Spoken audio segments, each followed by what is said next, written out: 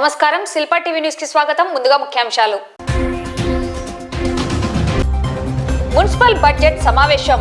Municipal budget లో 12,83,27,000 రూపాయలు తగ్గిన రెవెన్యూ మరియు మూలధన ఆదాయ లోటు. ప్రతి రైతు ప్రభుత్వం ద్వారా రైతుగా గుర్తింపు కలిగిన యూనిక్ ఐడి కార్డును పొందాలని సూచించిన ఏడీఏ డాక్టర్ రాజశేఖర్. ఈ నెల 20వ తేదీ నుండి 3 రోజుల పాటు వైభవంగా తిక్కస్వామి ఉరుసు మహోత్సవాలు. నంద్యాలలో 20వ తేదీ వక్ రక్షణ సమాజ భద్రత భారీ బహిరంగ సభ. బాలాజీ కాంప్లెక్స్ లోని వక్బోర్డు స్థలంలోని ఉర్దూ జూనియర్ కళాశాలను ఏర్పాటు చేయాలని కోరుతూ సంతకాల సేకరణ చేపట్టిన ప్రజా సమస్యలపై పోరాట కమిటీ. శాంతినికేతన్ విద్యా సంస్థలో communication carnival English expo. Nagar Kurnool MB church ఆధ్వర్యంలో నూతన హోలీ క్రాస్ సెంటినరీ చర్చ్ సందర్శన ఆత్మీయ యాత్ర.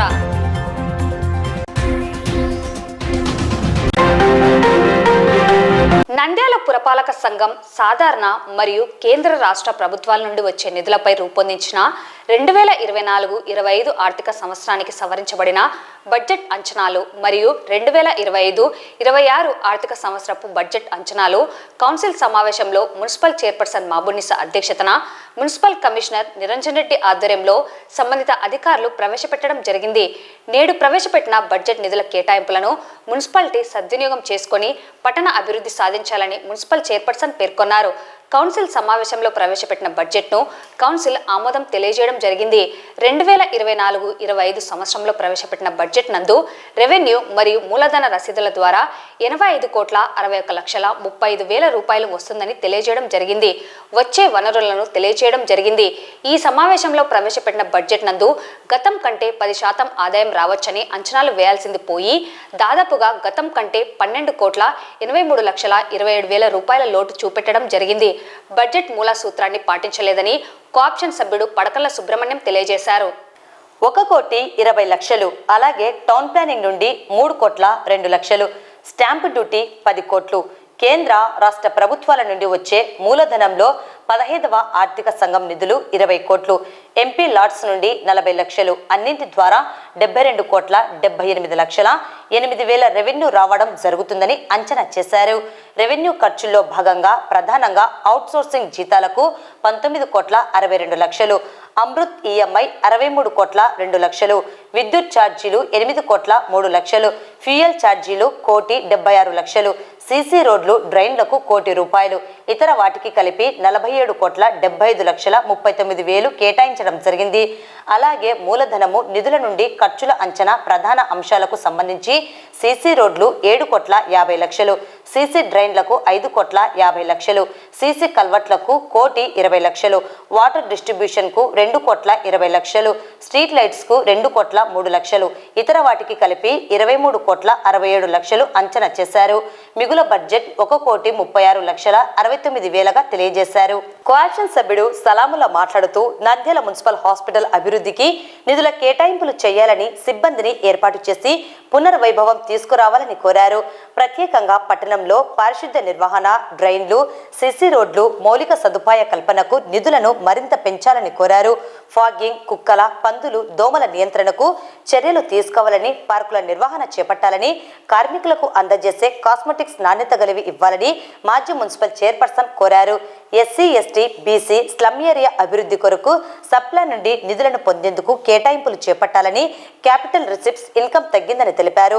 సమావేశంలో మున్సిపల్ వైస్ చైర్మన్లు గంగిశెట్టి శ్రీధర్, పాంషవలి, కౌన్సిలర్లు, కోఆప్షన్ సభ్యులు, మున్సిపల్ అధికారులు పాల్గొన్నారు.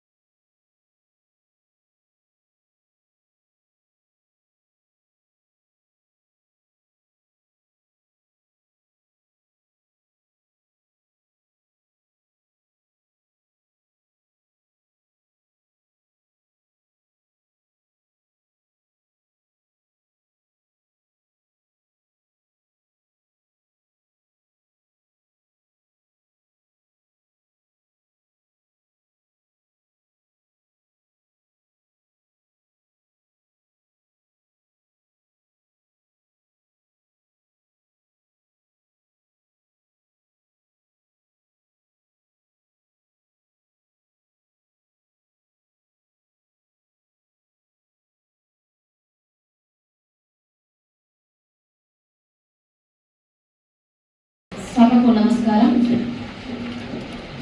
ఈరోజు బడ్జెట్ సమావేశానికి చేసినందుకు నమస్కారం తెలియజేసుకుంటూ, ఈరోజు మన యొక్క బడ్జెట్ను రెవెన్యూ రిసిప్ట్స్ కావచ్చు, క్యాపిటల్ రిసిప్ట్స్ కావచ్చు కలిపి 72,78,00,000తో ఈ యొక్క సంవత్సరానికి 25-26 సంవత్సరానికి అభివృద్ధి పథంలో నంద్యాలను నడపాలని చెప్పేసి ప్రవేశపెట్టారు అధ్యక్ష. గతంలో అయితే 24-25 అయితే అధ్యక్ష 85 కోట్లతో ఆ రోజు ప్రవేశపెట్టాం. కానీ ఈ రోజు చూస్తే 72 కోట్లకు వచ్చింది. అంటే దాదాపుగా 13 కోట్ల రూపాయలు తక్కువగా మన యొక్క బడ్జెట్ ని ఈరోజు మనం ఇక్కడ ప్రవేశపెట్టాం అధ్యక్ష. కానీ ఆర్థిక శాస్త్రం ప్రకారము ప్రతి సంవత్సరము 10% బడ్జెట్ కంపల్సరీగా పెరుగుతూ రావాలనేటువంటి ఒక మూల సూత్రం అధ్యక్ష. కానీ మనమైతే ఈరోజు మరి 10% తక్కువగా బడ్జెట్ ని మనం ప్రవేశపెట్టాం. మరి దీనికి కారణాలు మరి ఎగ్జిక్యూటివ్ అథారిటీ వారి నుంచి ఒకటి కోరుతా ఉన్నా అధ్యక్ష. అలా అయితే 10% అంటే దాదాపుగా 10% పెరుగుతూ 10% పెరగాలి అధ్యక్ష. అంటే 20% వేరియేషన్ ఈ రోజు బడ్జెట్ లో కనపడతా ఉంది అధ్యక్ష.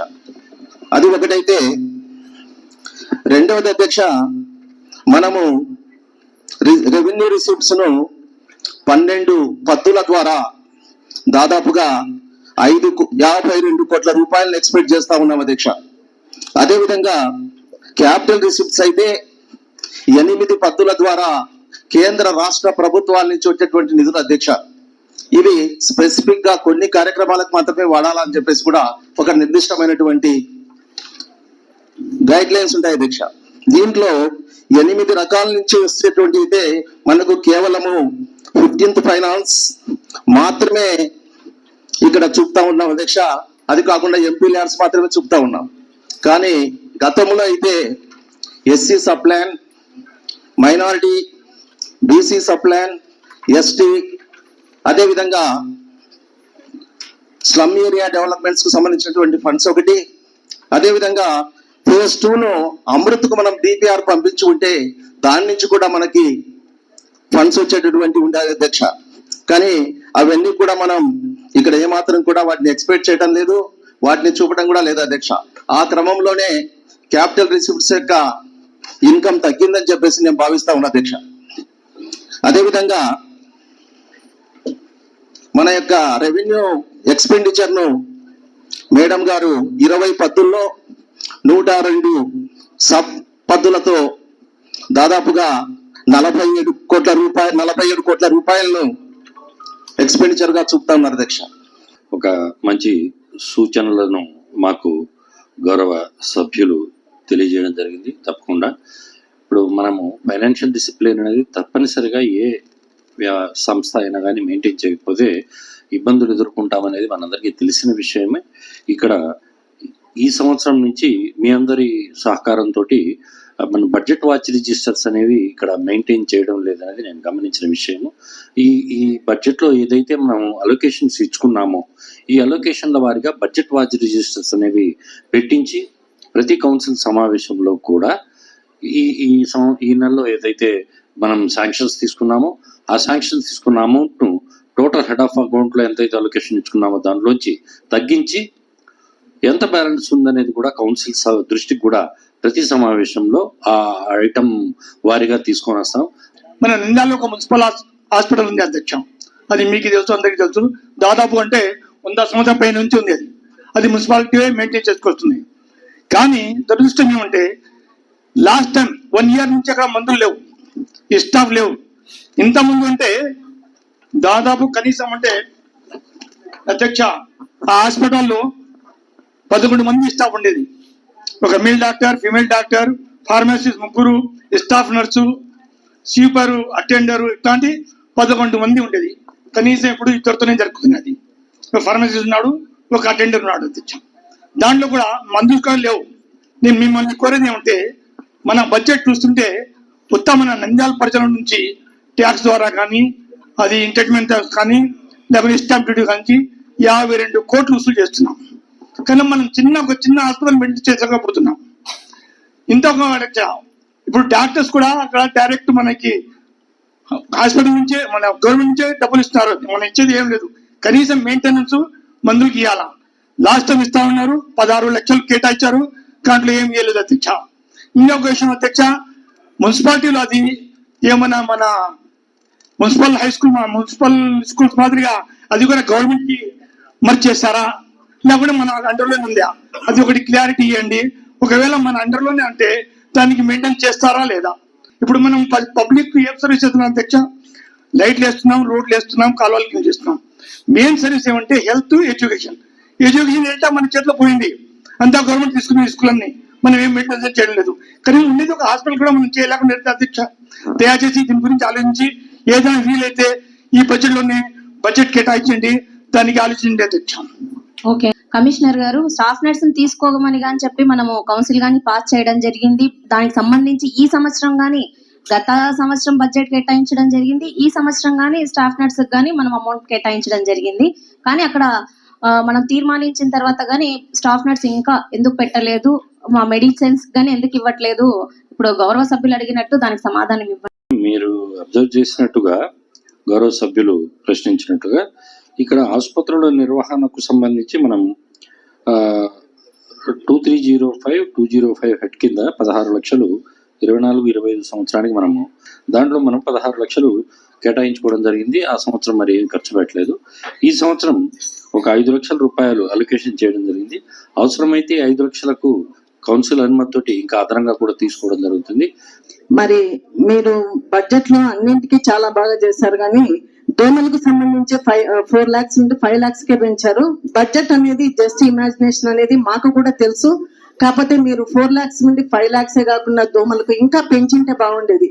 ఎందుకంటే టౌన్ వైడ్ దోమలకు ఎంత ఇబ్బంది పడతా ఉన్నారంటే రిలేటివ్స్ కూడా నందాలంటే ఇప్పుడు భయపడతా ఉన్నారు.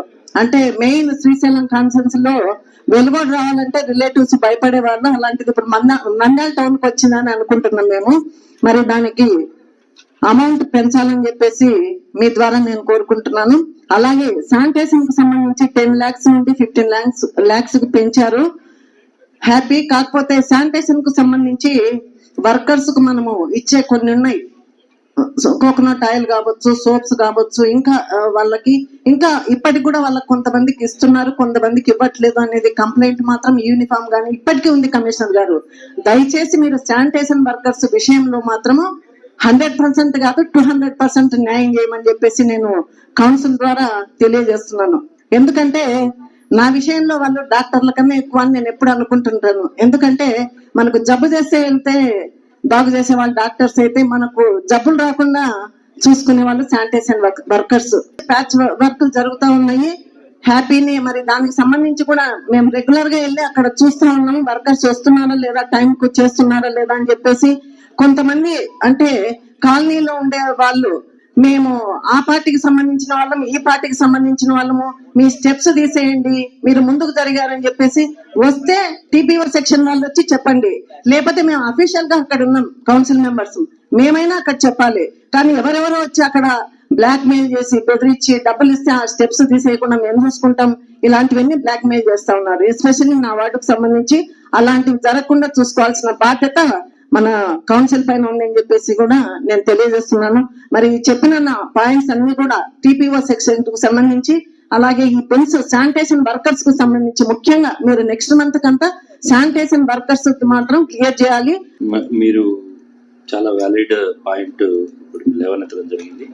మున్సిపాలిటీ అంటే ముందు మున్సిపాలిటీ ప్రాథమిక బాధ్యతల్లో మంచినీటి సరఫరాతో పాటు పారిశుద్ధ్యం అనేది అత్యంత ముఖ్యమైనది. ఇప్పుడు మాలాంటి అధికారులు లేదంటే వాళ్ళకి కావలసిన ఏర్పాట్లు చేయడం, వాళ్ళకి సముచితంగా వాళ్ళని గౌరవించడం అనేది తప్పనిసరిగా మా అందరి బాధ్యత. మాకు తగు సూచనలు ఇవ్వడం, తద్వారా మీరు మమ్మల్ని మరింత వాడికి మేలు చేసేటట్లుగా చెప్పడం కూడా మేము ఆహ్వానిస్తున్నాం మేడం. 26కి సంబంధించి ఈరోజు గౌరవ సభ్యుల సహాయ సహకారంతో మిగులు బడ్జెట్ ని మనం రూపొందించడం జరిగింది. దీన్ని చక్కగా వినియోగించుకొని నంద్యాల పట్టణ అభివృద్ధికి గౌరవ కౌన్సిల్ సభ్యులు అందరితో కలిసి ముందుకెళ్తామని సందర్భంగా తెలియజేసుకుంటూ ఈ బడ్జెట్ సమావేశాన్ని ముగిస్తూ కేంద్ర రాష్ట్ర ప్రభుత్వాలు నూతనంగా ప్రవేశపెట్టిన రైతుగా గుర్తింపు పొందేందుకు యూనిక్ ఐడి కార్డును అందజేయడం జరుగుతుందని, ఈ కార్డును సమీప వ్యవసాయ శాఖ కార్యాలయంలో మొబైల్ నెంబర్కు లింక్ అయిన ఆధార్ కార్డును తీసుకుని వెళ్లి రైతు గుర్తింపు కార్డును పొందుకోవచ్చని వ్యవసాయ శాఖ సహాయ సంచాలకులు డాక్టర్ రాజశేఖర్ తెలిపారు. రైతు కార్డు పొందడం వల్ల కలిగే ప్రయోజనాలను వారు తెలిపారు. కేంద్ర రాష్ట్ర ప్రభుత్వాలు ప్రతిష్టాత్మకంగా రైతులకు సేవలు అందించే విధానంలో ప్రతి రైతుకు కూడా ఒక యూనిక్ ఐడి నెంబర్ ఉండాలని మరి వ్యవసాయ శాఖ ఆదేశాలు జారీ చేయడం జరిగింది. అందులో భాగంగా ఇప్పటి వరకు జిల్లాలో దాదాపుగా 90,000 ఫార్మర్స్ రిజిస్ట్రేషన్ చేసుకున్నారు. మనకి ప్రతి పౌరునికి ఆధార్ కార్డు ఏ విధంగా ఉంటుందో అదేవిధంగా ప్రతి రైతుకు కూడా ఒక ఐడి కార్డు ఉంటుంది. రైతు అనే ఒక విశిష్ట ధృవీకరణ పత్రం అనేది ఒక రైతుకు ఉంటుంది. ఆ రైతు మరి నేను రైతుననే సగౌరవంగా ఇతరులకు కూడా చూపించుకోవడానికి ఆస్కారం ఉంది. వ్యవసాయాధికారులు కానీ మిగతా ఎంప్లాయీస్ కానీ వారు ఉద్యోగం చేస్తున్నారు కాబట్టి వారికి ఒక ఐడి కార్డు ఉంటుంది. అదేవిధంగా రైతులకు కూడా ఒక ఐడి కార్డు గవర్నమెంట్ ఇవ్వాలని ఆలోచనలో ఉంది. ఈ కార్డు ద్వారా లాభాలు ఏంటంటే వ్యవసాయ అనుబంధ శాఖల్లో ఇంప్లిమెంట్ అవుతున్న మరి అమలు అవుతున్నటువంటి ప్రతి పథకానికి కూడా అర్హులు కావాలంటే రైతుగా ధృవీకరణ ఉన్నటువంటి ఆ నెంబర్ కలిగినటువంటి రైతులకు మాత్రమే అందుబాటులోనికి రావడానికి ఆస్కారం ఉంది. కాబట్టి ఇప్పుడు మన సంక్షేమ పథకాలు అనేకంగా ఉన్నాయి. ఒకటి మరి పంటల బీమా పథకం, అది పొందాలన్నా, పంట నష్ట పరిహారం పొందాలన్నా, వ్యవసాయ యాంత్రీకరణలో ఏదైనా పొందాలన్నా, రాబోయే రోజుల్లో రైతులు ఎరువులు తీసుకోవాలన్నా కూడా రైతాంగానికి ఒక విశిష్ట మరి సంఖ్య, ఒక ధృవీకరణ పత్రంతో పాటు వారికి ఇచ్చేటువంటి యూనిక్ ఐడి నెంబర్ అవసరము. ఐడి నెంబర్ తీసుకోవడానికి ఇప్పుడు వ్యవసాయ శాఖ తర్వాత రైతు సేవా కేంద్రాల్లో ఉన్నటువంటి సిబ్బంది రిజిస్ట్రేషన్ చేస్తూ ఉన్నారు. తర్వాత పిఎం కిసాన్ ముఖ్యంగా 24వ తేదీ 20వ విడత పడడానికి ఆస్కారం ఉన్నటువంటి సందర్భం. ఒకవేళ ఆ ఐడి నెంబర్లు ఉన్న వారికి పిఎం కిసాన్ వేస్తారంటే మరి ఐడి నెంబర్ పొందినటువంటి రైతులకు చాలా ఇబ్బందికరంగా ఉంటుంది. కాబట్టి మా సిబ్బంది 24 గంటలు అందుబాటులో ఉన్నారు. వారి దగ్గరికి మీరు ఆధార్ కార్డు, భూమికి అదేవిధంగా మీ యొక్క ఆధార్ కార్డుకు లింక్ అయినటువంటి మొబైల్ నెంబర్, మీరు ఏ మొబైల్ నెంబర్తో అయితే మీ లావాదేవీలు చేసుకుంటున్నారో ఆ నంబర్ 3 తీసుకొని వ్యవసాయ శాఖ సిబ్బంది దగ్గరికి వెళ్తే 5 నిమిషాలు కూడా పట్టదు, వెంటనే మీకు రిజిస్ట్రేషన్ మరి చేస్తున్నాం. ఇప్పటి వరకు చాలా సందర్భాల్లో మన డివిజన్ 6 డివిజన్ పరిధిలో దాదాపుగా 10,000 మంది వరకు రిజిస్ట్రేషన్ అయినారు. ఆ జిల్లా పరిధిలో 1,00,000 దాటుతా ఉంది.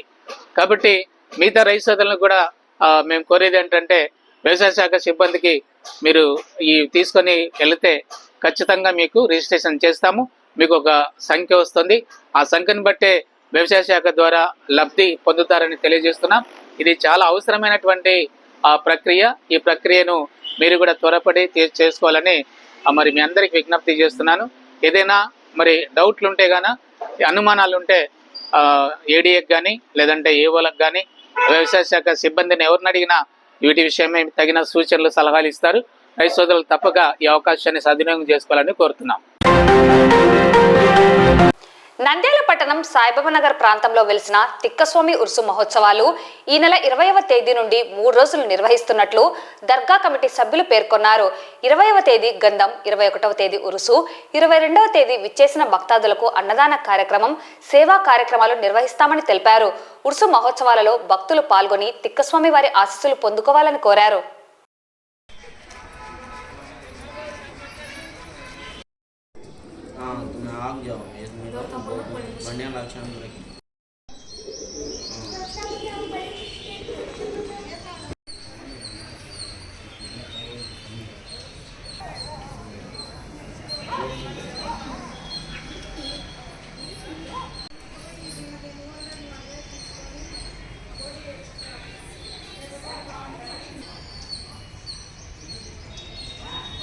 हज़रत सैयद షా షహీన్ షా ఔలియా చిస్సుల్ ఖాద్రి సాయిబాబా నగర్ నంద్యాల పట్టణంలో స్వామివారి ఉర్సు మేళ తిక్కస్వామివారి ఉర్సు మేళ ఫిబ్రవరి 20వ తేదీన గురువారం రోజు సాయంత్రం పకీర్ల మేళాతో అతి వైభవంగా గంధం మహోత్సవం నిర్వహించబడుతుంది.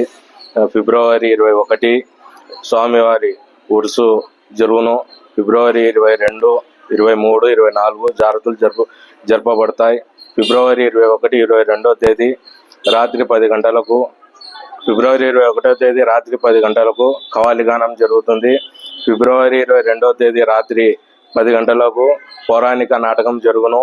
ఫిబ్రవరి 21, 22వ తేదీ శుక్రవారం శనివారం తేదీ రాత్రి 7 గంటలకు అన్నదాన కార్యక్రమం నిర్వహించబడుతుంది. కుబ్రా షాదీఖానాలందు భక్తులందరూ పాల్గొని స్వామివారికి కృపకు పార్థులు కాగలని ఆశిస్తున్నాము. शहर नंदयाल में साई बाबा नगर में हजरत शहीन शाह वली उर्फ दीवाने साहब का सुंदल हर साल की तरह इस साल भी मनाया जा रहा है। 20 तारीख बरोज़ जुमेरात को सुंदल होगा और 21 तारीख को बरोज़ जुमा के दिन रात में खवाली होगी, जिसमें शहर मुंबई के मशहूर खवाल मुजम्मिल दराज आएंगे और अपना कलाम सुनाएंगे और हफ्ता इतवार पीर के दिन ज़ियारतें चलेंगे। लिहाजा तमाम शहर नंदयाल के तमाम लोगों से बिला मज़हब व मिल्लत इस बाबरकत महफिल में शिरकत कर कर अपने अपने मुरादों को हासिल करें और इस उर्स को कामयाब बनाएं। अस्सलाम वालेकुम। నంద్యాల సాయిబాబా నగర్ నందు వెలిసినటువంటి ఇకసామైన దర్గా ఉర్సు మేళా ఈ నెల 20వ తేదీ గంధం, 21వ తేదీ ఉర్సు, 22 మన గొప్ప అన్నదాన కార్యక్రమాలు, పలు సేవా కార్యక్రమాలు తిక్కసామి దర్గా కమిటీ వారి ఆధ్వర్యంలో జరుగుతున్నాయి. కావున భక్తాదులందరూ తిక్కసామి నాయనను దర్శించుకొని ఆయన ఆశీస్సులు తీసుకొని ఆయన యొక్క కృపకు పాత్రలు కావాలని చెప్పేసి కోరుకుంటున్నాము. మరి అదేవిధంగా ఎవరైనా దాతలు ఎవరైనా ఉంటే డైరెక్టుగా తిక్కసామి దర్గా కమిటీ వాళ్ళకి అన్నదాన కార్యక్రమాలు, పలు సేవా కార్యక్రమాలు చేస్తున్నారు కాబట్టి వారి విరాళాలను డైరెక్టుగా తిక్కసామి కమిటీ వారికి అందజేయాలని చెప్పేసి కోరుకుంటూ తిక్కసామి నాయన ఆశీస్సులు ప్రతి ఒక్కరికి ఉండాలని చెప్పేసి మనస్ఫూర్తిగా నంద్యాలలో 20వ తేదీ వక్ఫ్ రక్షణ సమాజ భద్రత భారీ బహిరంగ సభను జయప్రదం చేయండని ఎస్డిపిఐ ఉపాధ్యక్షులు హఫీజ్ అతావుల్లా ఖాన్ పిలుపునిచ్చారు. దేశంలో ముస్లిం సమాజం ప్రస్తుతం ఒక అత్యంత క్లిష్టపరమైన సమస్యను ఎదుర్కొంటున్నదన్నారు.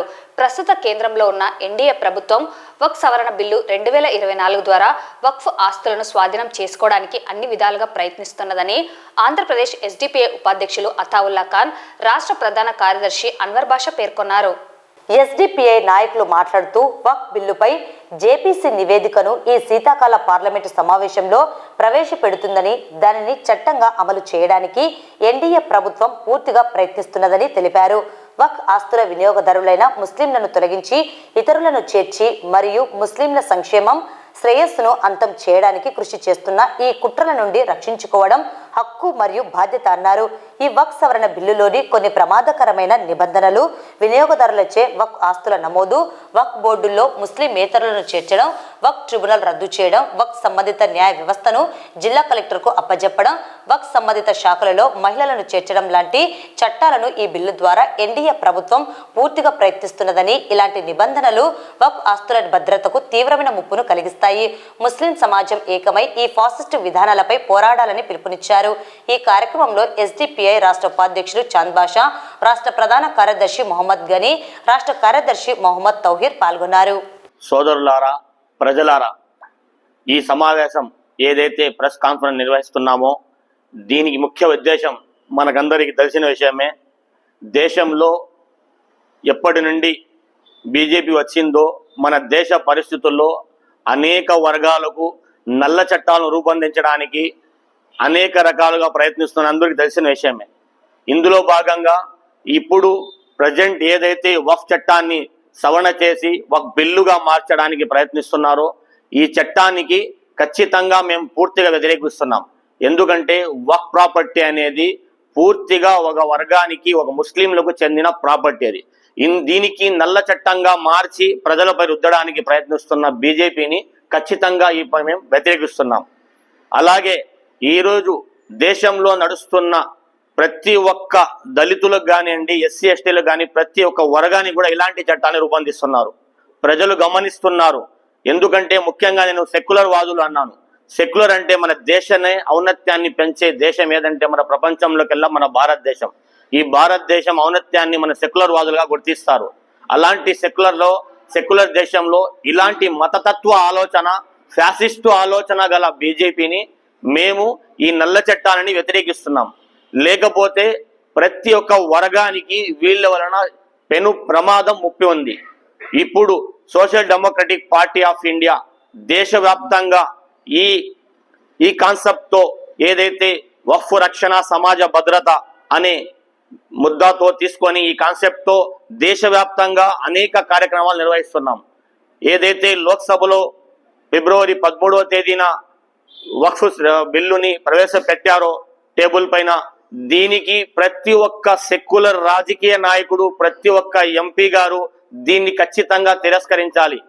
ఇందులో భాగంగా దేశంలో ఈసారి బీజేపీకి వెన్నుముకగా ఏదైతే కుంటి ప్రభుత్వం ఉందో దానికి నిలకడగా నిలబడిన దేశంలో 2 ప్రభుత్వాలు ఉన్నాయి. ఈ రెండిటిలో ఏదైతే బీహార్లో నితీష్ కుమార్ గారు, అలాగే మన ఆంధ్రప్రదేశ్ లో సెక్యులర్ వాదిగా అన్ని ప్రజలను కలుపుకొని పోయే సీఎం గా భావిస్తున్న మన నారా చంద్రబాబు నాయుడు గారు, వీళ్ళిద్దరి సహకారంతో కూర్చున్న ఈ బీజేపీ పార్టీ ఇప్పుడు ఖచ్చితంగా ఆలోచించి మరి ఈ సెక్యులరిజాన్ని కాపాడాలంటే ఈ నల్ల చట్టాన్ని మీరు పార్లమెంట్ లో ఖచ్చితంగా తిరస్కరించాలి, ఖండించాలని సోషల్ డెమోక్రటిక్ పార్టీ తరపు నుంచి తెలియజేయడమే మా ముఖ్య ఉద్దేశంతో social democratic party of India की जानिब से पूरे मुल्क के अंदर एक कैंपेन चलाया जा रहा है, वक्फ की हिफाजत समाज की सलामत। ये कैंपेन पूरे मुल्क के अंदर, जिसमें हैंडबिल्स और इसी तरह पोस्टर्स और बहुत सारे सेमिनार्स, अलग अलग प्रोग्राम और बहुत बड़े बड़े अवामी इजलास जो से किए जा रहे हैं। ये सारी चीज़ें इसलिए की जा रही हैं कि आज की हमारी बीजेपी तानाशाही गवर्नमेंट ये मुस्लिम कौम को टारगेट करके नए नए कवानीन लाने की कोशिश कर रही है। वक्फ तरमीमी बिल के ज़रिए वक्फ की जायदादों को हड़पने की कोशिश कर रही है। आज हमें इसकी हिफाजत हमारे लिए बहुत ज़रूरी है। నంద్యాల పట్టణంలో ప్రజా సమస్యలపై పోరాట కమిటీ ఆధ్వర్యంలో బాలాజీ కాంప్లెక్స్ లోని వక్ఫ్ బోర్డు స్థలంలోనే ఉర్దూ జూనియర్ కళాశాలను ఏర్పాటు చేయాలని కోరుతూ శోభా హోటల్ పక్కన సంతకాల సేకరణ కార్యక్రమం చేపట్టడం జరిగింది. నంద్యాల పట్టణంలో గత 7 సంవత్సరాలుగా మైనార్టీ ఉర్దూ జూనియర్ కళాశాలకు సొంత భవనాలు లేకపోవడం దారుణమని ప్రజా సమస్యలపై పోరాట కమిటీ నాయకులు ఎస్ఎండి రఫీ, ఆకుమల రహీం, షేక్ రియాజ్, మహబూబ్ బాషా, మన్నెం జానయ్య, అర్షద్ పేర్కొన్నారు. ఈ సందర్భంగా వారు మాట్లాడుతూ నంద్యాల పట్టణంలో మైనార్టీ ఉర్దూ కళాశాల ఏర్పడి 7 సంవత్సరాలు దాటినా కూడా నేటికి సొంత భవనం లేక విద్యార్థులు ఇబ్బందులు పడుతున్నారని తెలిపారు. ప్రభుత్వ మహిళా జూనియర్ కళాశాలలో కేవలం 2 గదులలో ఉర్దూ జూనియర్ కళాశాల నడపడం దారుణమన్నారు. 2018లో నంద్యాలలో ఉర్దూ జూనియర్ కళాశాల మంజూరు చేయడం జరిగిందన్నారు. మైనార్టీ శాఖ మంత్రి ఫరూక్ చొరవ చూపి ఉర్దూ జూనియర్ కళాశాలను నంద్యాల నడిబొడ్డున ఉన్న బాలాజీ కాంప్లెక్స్ వక్ఫ్ బోర్డు స్థలంలోని మాజీ ఇక్రా పాఠశాలలో కొనసాగించాలని డిమాండ్ చేశారు.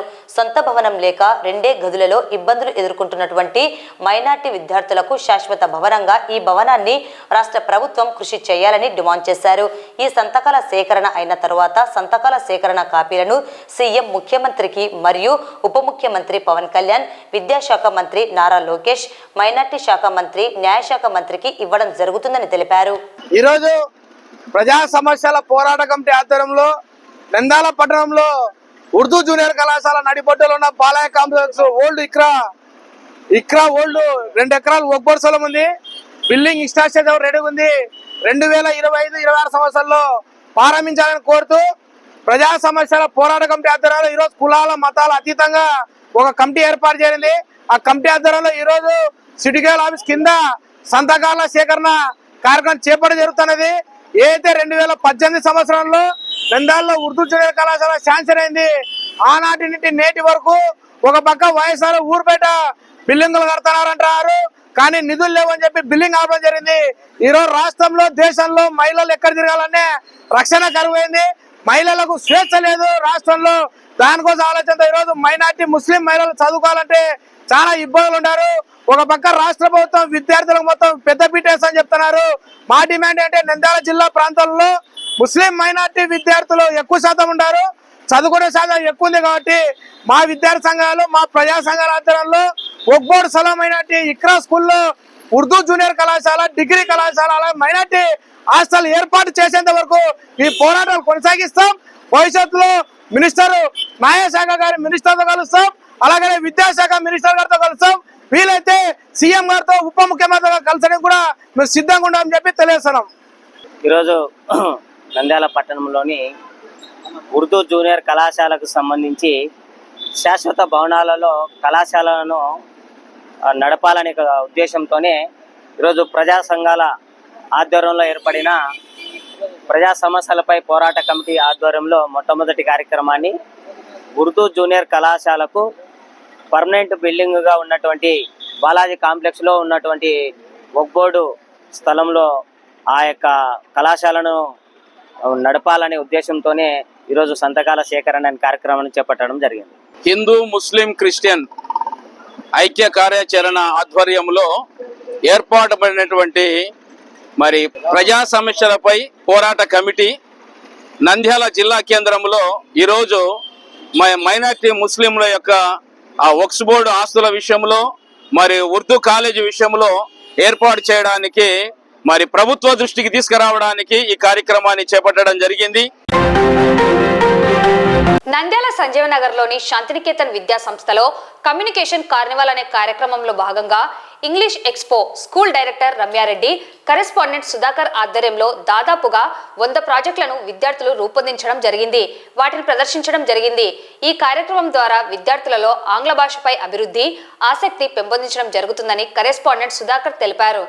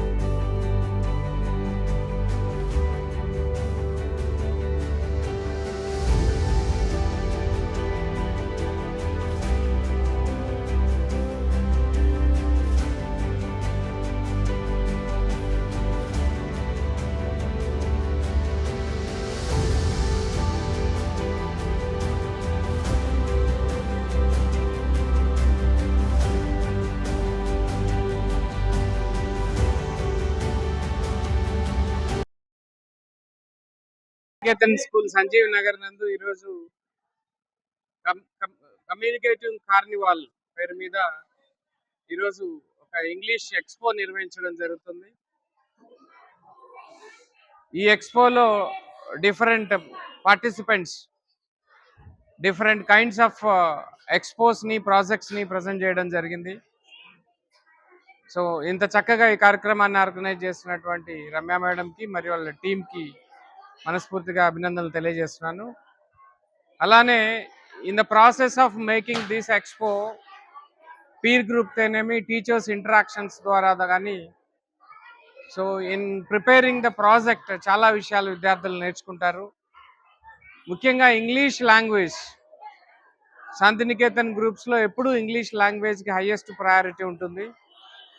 అందులో భాగంగా ఈ పెద్ద ఈవెంట్ మోర్ దాన్ 100 ప్రాజెక్ట్స్ని ఈరోజు పిల్లలు ఎక్స్పోలో ఎగ్జిబిట్ చేయడం జరుగుతుంది.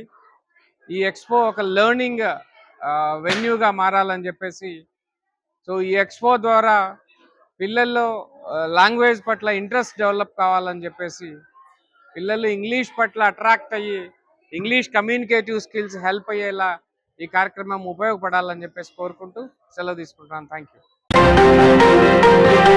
ప్రతి సంవత్సరం నాగర్ కర్నూల్ ఎంబీ చర్చ్ ఆధ్వర్యంలో ఆత్మీయ యాత్ర ద్వారా క్రైస్తవులు ఆత్మీయంగా మానసికంగా బలపడడానికి దోహదపడే విధంగా చర్చి చైర్మన్ సంపత్ కుమార్ ఆధ్వర్యంలో Nandyal Holy cross Centenary Church అద్భుతమైన ఆలయ కట్టడాన్ని సందర్శించారు. నాగర్ కర్నూల్ ఎంబీ చర్చ్ బృందానికి Nandyal Holy cross Centenary Church committee pastors ఘనంగా స్వాగతం పలకడం పట్ల హర్షం వ్యక్తం చేశారు. Nandyal Holy cross Centenary Church వారు బుధవారం ప్రత్యేక ప్రార్థనలతో పాటు దైవ సందేశాన్ని అందించారు. Nandyal Holy cross Centenary church pastor reverend Bhaskar మాట్లాడుతూ సుమారు 15 సంవత్సరాలు శ్రమించి నిర్మాణం చేసిన నూతన చర్చి ఈ నెల 8వ తేదీన అత్యంత వైభవంగా ఘనంగా ప్రారంభించడం జరిగింది. మొట్టమొదటిసారి ఈ చర్చిని సందర్శించిన Nagar Kurnool centenary Mennonite brothers church బృందం చరిత్రలో నిలిచిపోతారని అన్నారు. సుమారు 20 కోట్లతో నిర్మించబడ్డ హోలీ క్రాస్ సెంటినరీ నూతన చర్చి నిర్మాణాన్ని రాజస్థాన్ పాలరాతితో అద్భుతమైన నిర్మితమైన చర్చి చరిత్రలో నిలుస్తుందని తెలిపారు. ఇక్కడికి ఎవరు ఏ అవసరతల నిమిత్తం వచ్చి దేవుణ్ణి ప్రార్థిస్తారో వారి ప్రార్థనలు తప్పకుండా నెరవేరుతాయని అన్నారు. ఈ ప్రత్యేక ప్రార్థనలో నంద్యాల చర్చి చైర్మన్ జోసఫ్ బాబు, ట్రెజరర్ స్టీఫెన్, చర్చి పాస్టర్లు, నాగర్ కర్నూలు నుండి ఎంబీ చర్చి విశ్వాసుల బృందం సుమారు 300 మంది నూతన ఆలయాన్ని సందర్శించారు.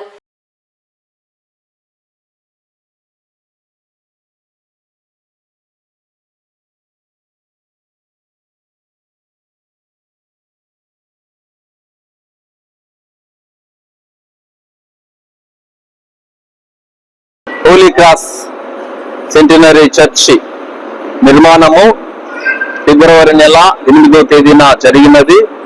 ఈ చరిత్రాత్మకమైనటువంటి ఈ యొక్క చర్చి నిర్మాణం అనేటటువంటిది గత 10 సంవత్సరముల నుంచి కొనసాగుతూ ఉంటున్నది. అయితే ఇందులో ప్రత్యేకత ఏమంటే తెలుగు రాష్ట్రాలలో ఎక్కడా లేనటువంటి విధంగా ఈ ఆధునిక కాలంలో దేవాలయాలను, మందిరములను ఈ మొట్టమొదటిగా ఇంత పెద్ద చర్చి 2000కు పైగా కూర్చుని ఒకేసారి ఆరాధన చేసుకోగలిగినటువంటి ఆ కెపాసిటీ కలిగినటువంటి రాతి కట్టడాన్ని ఈ తెలుగు రాష్ట్రాలలో మొట్టమొదటిగా నిర్మించడం అనేటటువంటిది జరిగింది. పాత కాలంలోనికి పూర్వము మనం వెళ్తే తెలుగు రాష్ట్రాలలో రాతి కట్టడములలో ఉన్నటువంటి చర్చి పేరెన్నిక కలిగినటువంటిది మెదక్ చర్చి ఒక్కటే. దాని తదుపరి ఈ యొక్క కాలములో ఈ చర్చి నిర్మించడం అనేటటువంటి జరిగింది. దాదాపుగా 20 కోట్లకు పైగా ఈ యొక్క కాస్ట్ కావడం అనేటటువంటి జరిగింది. ఇందులో ఉపయోగించినటువంటి కలప బల్లార్ష వెళ్ళి అక్కడి నుంచి తీసుకొని వచ్చారు. ఇక్కడ మార్బుల్స్ ఇవన్నీ కూడా రాజస్థాన్ నుంచి తీసుకొని వచ్చారు. మనం ఉపయోగించినటువంటి రాయి యాపిల్ నుంచి ప్రత్యేకంగా దాన్ని తీసుకుని వచ్చి నిర్మించడం జరిగింది. కాబట్టి ఇది ఒక చరిత్రాత్మకమైనటువంటి చరిత్ర. ఇంతకు ముందు మనం వెళ్తే ఈ ఎస్పీజీ మిషనరీస్ వారు పాత చర్చిని నిర్మించారు, హోలీ క్రాస్ కెథడ్రల్. దాని నమూనానే ఇక్కడ పెద్దగా చేసి కట్టడం జరిగింది. ఎందుకంటే ఇక్కడ కాంగ్రిగేషన్ ఎక్కువైనారు, అంత ఆరాధన చేసుకోవడానికి కన్వీనియంట్ గా లేదు, బయట కూర్చుంటున్నారు, ఆరాధనలో పాల్గొనలేకపోతున్నారు. కాబట్టి వారికి అనుకూలంగా ఈ యొక్క విస్తీర్ణము పెంచి ఈ యొక్క కట్టడం జరిగింది మందిరాన్ని. దీన్ని ప్లాన్ చేసినటువంటి మొట్టమొదటి ఇంజనీర్ సంపత్ గారు, ఆయన క్రీస్తునందు నిద్రించున్నారు ఇంజనీర్ గారు. అయినప్పటికీ దాని భారమంతా కమిటీ వారు మరియు ఈ చర్చి కన్స్ట్రక్షన్ కమిటీ ట్రెజరర్ గారు, సెక్రటరీ బైల ప్రభుదాస్ గారు, ట్రెజరర్ జోషి గారు, అసోసియేట్ ట్రెజరర్ స్టీఫెన్ సార్ గారు మరియు చైర్మన్ చాప్లిన్ బాబు గారు, రెవరెండ్ కొత్తమాసి జోసఫ్ బాబు గారు మరియు వారి దగ్గర పనిచేస్తున్నటువంటి 6 మంది గురువులు, సంజయ్ మధుబాబు గారు, పాల్రాజరావు బాబు గారు, యువరాజ్ బాబు గారు, భాస్కర్ రావు బాబు గారు, స్వరూప్ బాబు గారు మరియు సంఘమంతా కృషి చేసి కట్టుకోవడం అనేటటువంటిది జరిగింది. దీనిని రానున్న దినములలో హిస్టారికల్ ప్లేస్ గా, ఒక పుణ్యక్షేత్రముగా చేయాలనేటటువంటిది ఆలోచన ఉంటున్నది. కుల మత వర్గ భేదములు లేకుండా ప్రతి ఒక్కరు ఇక్కడికి వచ్చి భక్తుల యొక్క కోరికలను కోరుకొని దేవుని యొక్క ఆశీర్వాదాలు పొందుకొని దేవుని యొక్క ఆశీర్వాదాలు వారి కోరికలు తీర్చుకోవాల్సిందిగా మేము కోరుకుంటున్నాం. అదే రీతిగా మొట్టమొదటిసారిగా భాగముగా ఈ చరిత్రలో ఒక చరిత్రగా నిలబడినటువంటిది ఏమంటే, తెలంగాణ ప్రాంతం నుంచి నాగర్ కర్నూలు నుంచి ఈ రోజు 3 బస్సులు వేసుకొని దాదాపుగా 500 మందికి పైగా భక్తులు వచ్చినారు. వారే మొట్టమొదటి యాత్రికులు ఈ సెంటినరీ చర్చికి. కాబట్టి ప్రియమైన వారారా, అందరూ చర్చిని దర్శించండి, దీని యొక్క ప్రత్యేకతను గమనించండి, దేవుని యొక్క దీవెనలు పొందండి. Thank you very much. వార్తలు ముగించే ముందు ముఖ్యాంశాలు మరోసారి. మున్సిపల్ బడ్జెట్ సమావేశం. మున్సిపల్ బడ్జెట్ లో 12,83,27,000 రూపాయలు తగ్గిన రెవెన్యూ మరియు మూలధన ఆదాయ లోటు. ప్రతి రైతు ప్రభుత్వం ద్వారా రైతుగా గుర్తింపు కలిగిన యూనిక్ ఐడి కార్డును పొందాలని సూచించిన ఏడీఏ డాక్టర్ రాజశేఖర్. ఈ నెల 20వ తేదీ నుండి 3 రోజుల పాటు వైభవంగా తిక్కస్వామి ఉరుసు మహోత్సవాలు. నంద్యాలలో 20వ తేదీ వక్ రక్షణ సమాజ భద్రత భారీ బహిరంగ సభ. బాలాజీ కాంప్లెక్స్ లోని వక్ బోర్డు స్థలంలోని ఉర్దూ జూనియర్ కళాశాలను ఏర్పాటు చేయాలని కోరుతూ సంతకాల సేకరణ చేపట్టిన ప్రజా సమస్యలపై పోరాట కమిటీ. శాంతినికేతన్ విద్యా సంస్థలో communication carnival English expo. Nagar Kurnool MB church ఆధ్వర్యంలో నూతన హోలీ క్రాస్ సెంటినరీ చర్చ్ సందర్శన ఆత్మీయ యాత్ర. ఈ వార్తలు ఇంతటితో సమాప్తం. నమస్కారం.